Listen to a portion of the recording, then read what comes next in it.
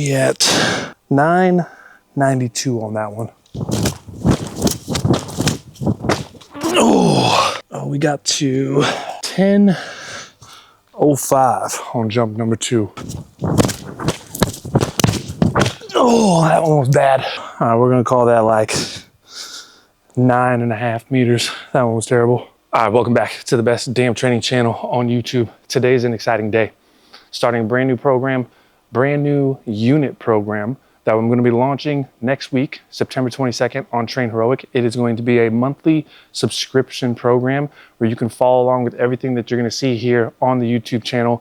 And we're starting off with a brand new iteration of my unit program. So unit as a whole encompasses the ability to be like big, fast, strong, powerful, explosive, all of the athletic qualities that you would like to see in what you would call probably like the ultimate athlete.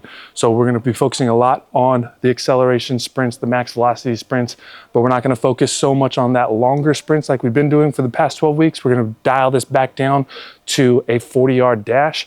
We're gonna be doing more Olympic lifting. We're gonna be doing a lot more explosive plyo work, a lot more jump training. We're gonna get back into heavy squats, heavy lifting, heavy bench press. We're gonna try to do it all, which is what unit encompasses. Now, I already started today with the triple broads, as you guys see, but we're gonna start off pretty heavy and hard on some sled work today, developing a little bit more strength and power and early acceleration. And then as the course of this program goes on, we're gonna start getting lighter and faster with this acceleration phase. So we're gonna get straight into today's training. Like I said, we started off with the triple broads. We just did a few reps on that. I think my best was like 10:05 on that. Haven't done the triple broad in a long time, so very excited to put those back into the program. Broad jump variations outside of the Blaine broads, which thank you for everybody for calling those that now, which is a seated box jump in a horizontal pattern. So basically you're sitting on a box, you're trying to jump as far as you can onto another box. Those have been coined by the community as Blaine broads. I appreciate y'all for naming that. But outside of that, my favorite variation of a broad jump is to do consecutive broad jumps, whether that's triple broad, quad broad. How many broads can you do to get 20 meters or whatever it might be? Those type of like consecutive broad jump variations are also my favorites. But after we did the broads, we're going into heavy sled acceleration or heavy sled work. Then we're gonna go into light sled accelerations, and then we're gonna finish off today with some easy sub-maximal sprinting efforts. So the goal for this heavy sled is we're trying to develop power. We're trying to work on creating as much force in the proper position that we can when we're looking at like early acceleration being that first 10 meters or so. So what I'm doing is we're gonna do 7 hard steps here. And this isn't necessarily going to be a sprint. This is gonna be more of just kind of like, we're gonna grind and march this out. So we're trying to get into the point where we're getting through full extension on each step. We're trying to hit that foot underneath the hip and then continue the momentum going. So it might move a little bit faster, but really focusing on being patient, putting a lot of force into the ground, trying to move the sled efficiently. And we're gonna do 6 sets of 7 steps on this here.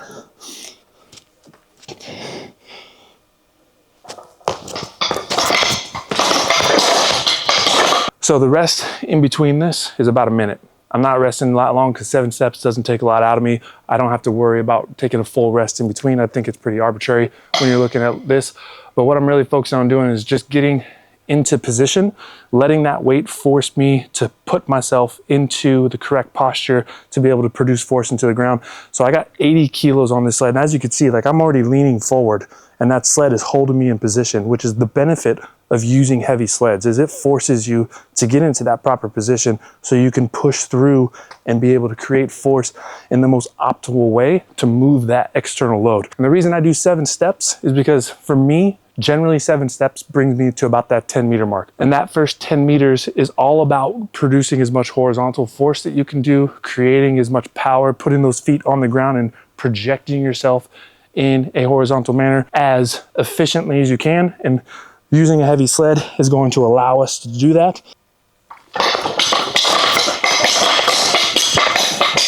I also feel like we're back to normal.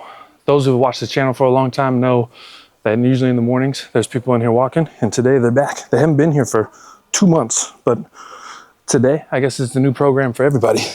But 7 hard steps again.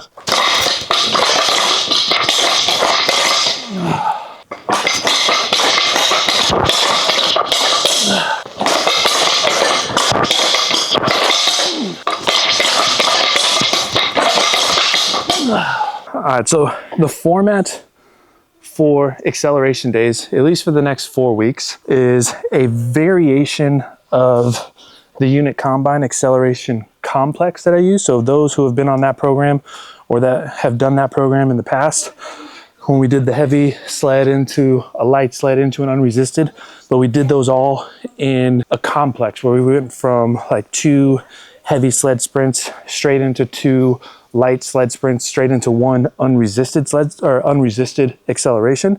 Rather than doing it in a complex like that, what I'm doing is I'm segmenting those and doing all my heavy work first, doing all my light work second, and then doing all my unresisted work at the end, just to kind of break that up and see if I can get a little bit more quality on each of those reps.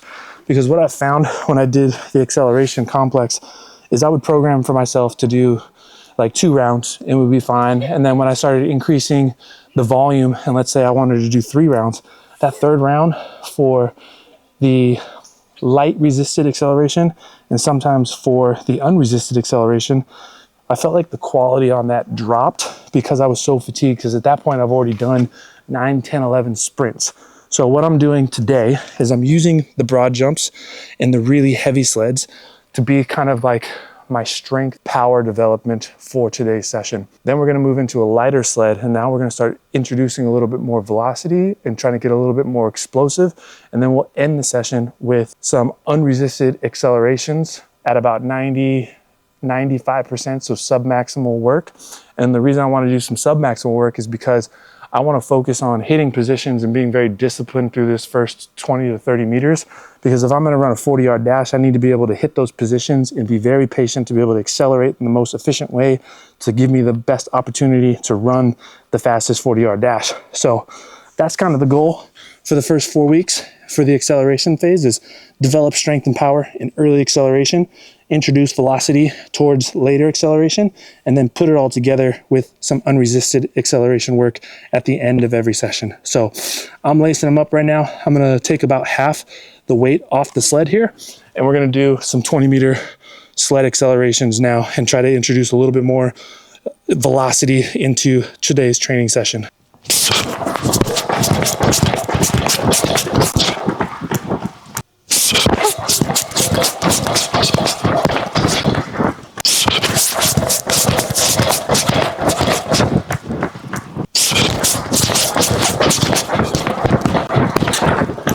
So the last sprinting section for today's session is going to be some 30-meter sprints. I'm gonna do these at sub-maximal effort. Try to focus on a few things here, is remaining patient while making sure I'm getting through the positions I need to get through. So full extension throughout the first 7 steps. Feel like I'm driving through 20 to 30 meters. So I'm gonna be calling these sub-max efforts. So we're looking at trying to be at like 90% effort on this. I'm not gonna time these today because I don't really care what the time is. I just want them to feel good. We'll bring out the timing eyes later on this week when we do some more specific sprint work. But for today specifically, I'm just wanting everything to feel good. This is day 1 of the program. We're not trying to set any records today. We're trying to develop habits that we can create intensity on top of later on to be able to get some better speed gains and set ourselves up to run a fast 40-yard dash. The other thing I'm gonna do today is I'm gonna be doing a lot more 2-point starts with my acceleration work, because when I test my 40-yard dash, I'm gonna test it the same way that Apex tests during the Apex competition. So in the Apex competition, you have a 1-yard build zone before you run through the first timing gate, and then you have a 40-yard dash. So they're calling it the fast 40 because essentially you should be running that faster than hand on the ground reaction time from the start. And the reason why Apex is doing that is because it eliminates a lot of the human error. If you give yourself a 1-yard lead, you don't have to worry about reaction times. You don't have to worry about like trying to perfect your start, right? You're setting yourself up in a zone where you can just get to the position you want to get to, sprint, and be able to get a very consistent time for everybody who is competing against each other, which I really like that type of standard. So when I'm doing all of my acceleration work, I'm going to be doing the majority of that from the 2-point stance. And when I'm focusing on my 2-point stance is I'm going to try to get front toe on the line, back toe somewhere around back heel.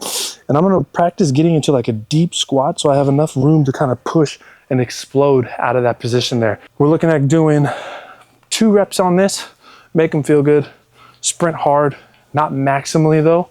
Part of that also is like my hamstrings are still pretty tight and pretty sore from last week being a testing week. So I also don't want to kind of overdo it too much by going from a testing week straight into a new training block. So we're kind of preemptively being cautious and making sure that we're not burning ourselves out this first week of the program.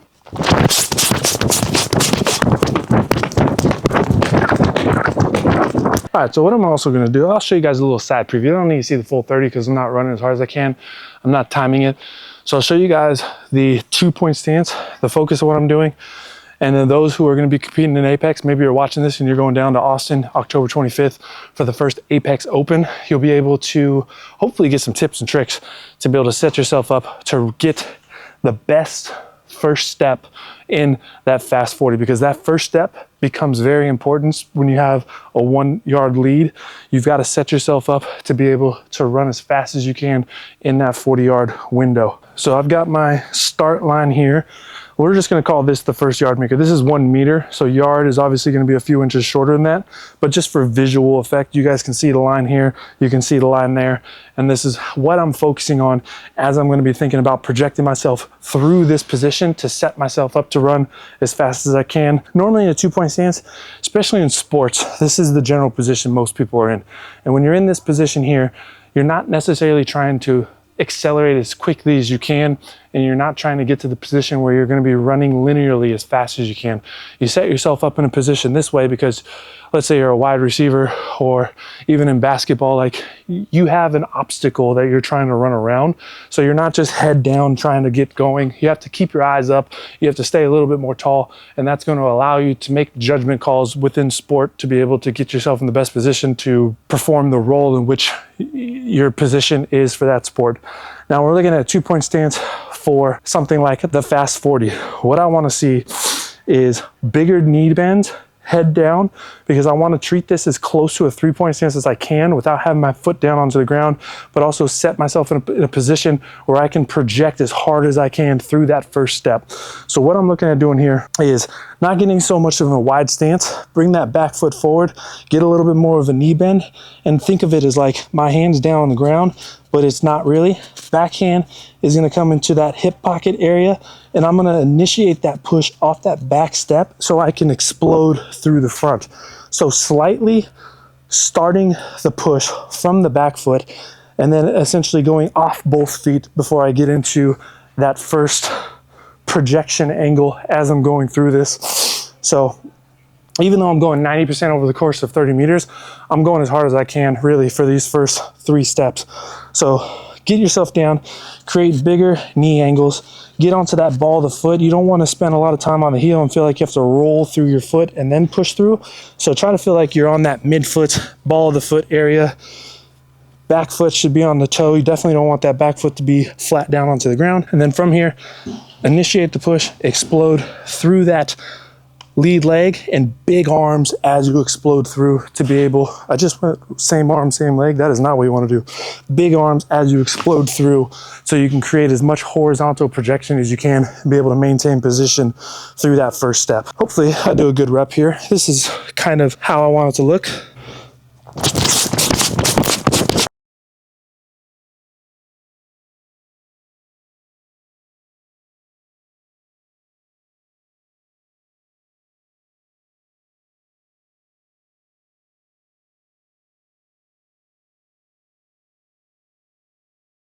All right, and the last thing we're going to do today is overhead med ball toss for distance, another Apex event that is an exercise that I've used many times throughout the course of my programs. I like this variation because it's just learning how to project and be explosive through the hips. It's less specific than doing a sled sprint if we're looking at this being transferable to something. Really what we're trying to do is just get into a deep position, explode through, throw the hamster, and launch an external object as far as you can. It's fun to do, to create a competition. This will be a competition on the Train Heroic program starting next week. There's going to be a little column where you can input your distance on this, and everyone who is subscribed to the program can see where everyone's throwing at. So we're going to have little pieces throughout the week that'll be competitive pieces that everybody can do. So in Apex, you use an 8-pound ball. I don't have an 8-pound ball. I have a 4-kilo med ball. I don't know if you guys can see that here. So it's about 8.8 but the goal is still gonna be trying to get around 20 meters. So first cone here, 20, second cone, 21, third cone, 22 meters. I'm gonna do probably about 10 total throws. I'm gonna throw it, obviously have to walk back and then have to go back in between. But the goal here is to try to get to 20. And if we can get above 20 with a 4 kilo ball, then all of those reps are just gonna be kind of like icing on the cake for today. You know what I'm actually gonna do here is I'm gonna start from the cone and throw it towards, so all the way at the start line over there. I don't know if you guys can see that kettlebell, but that's where I'm gonna be throwing from when I go this direction. So we're gonna stand on the 20 meter mark and see if we can't hit that. Actually, here's what I'll do. I'll move this to just like that, 20, 21, 22, heels on the edges there. And we're gonna see if we can't launch it and hit that kettlebell. Oh, I went backwards a little bit. I gotta be careful about, like if my heels are on the line, I gotta be careful as I go down that I don't kind of hop backwards and throw that. But it got pretty close. I think I hit on the line or pretty close to the line. So let's say that's a decent first rep. All right, rep number 2. I think this is what I'm gonna do, is I'm just gonna throw it back and forth. Ball's a little wet because the turf got sprayed this morning. Oh, I'm gonna hit that kettlebell. Let's move that a little bit.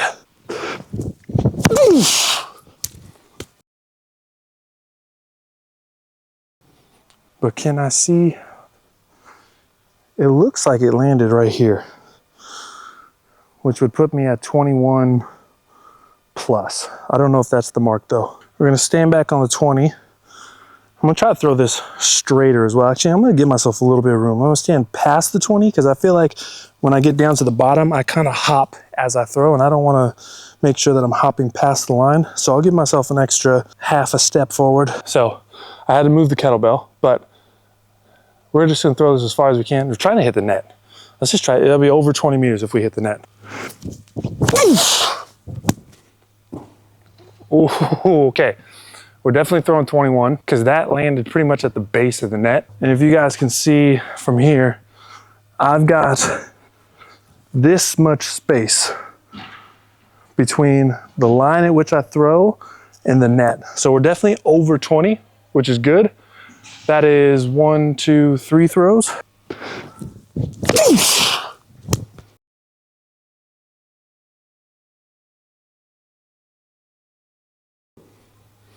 That might be 22 on that one. I'm not throwing it straight. I'm throwing it kind of at an angle. I can't see the mark on that. I'll just have to figure it out when I edit this. Right at the base of the net. We're getting close.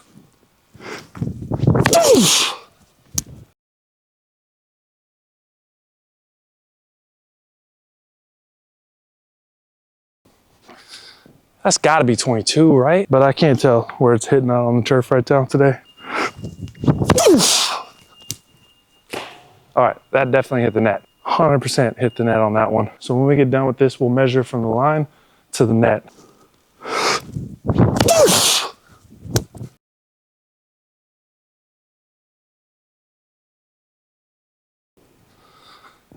All right, that one I know wasn't 22, but that was definitely 21 on that one. We got about 3 more.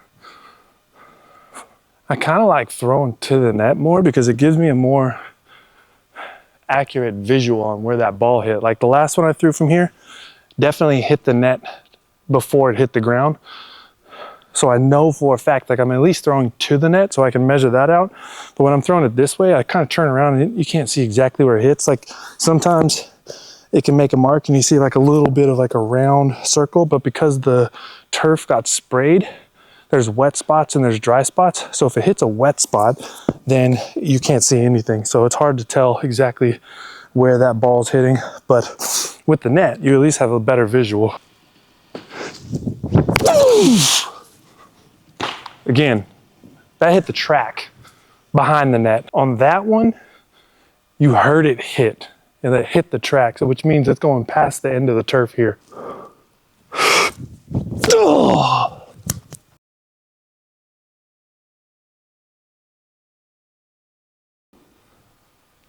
Ooh, that one looks close to the 22 mark. I'm actually excited to upload this and start editing it so I can see better on where these balls are hitting. But it looks like This is a throw. I don't know if it was the one I just did or the one prior to that. This looks like a ball mark right here. So we're hitting close to that 22 mark. All right, last one. This is either rep number 9 or 10. I kind of lost count, but last one, best one. We're going for the net again. If we hear it hit the track, we know it's a good rep. So take that little step in front because we know we're gonna slide back a little bit. Ugh.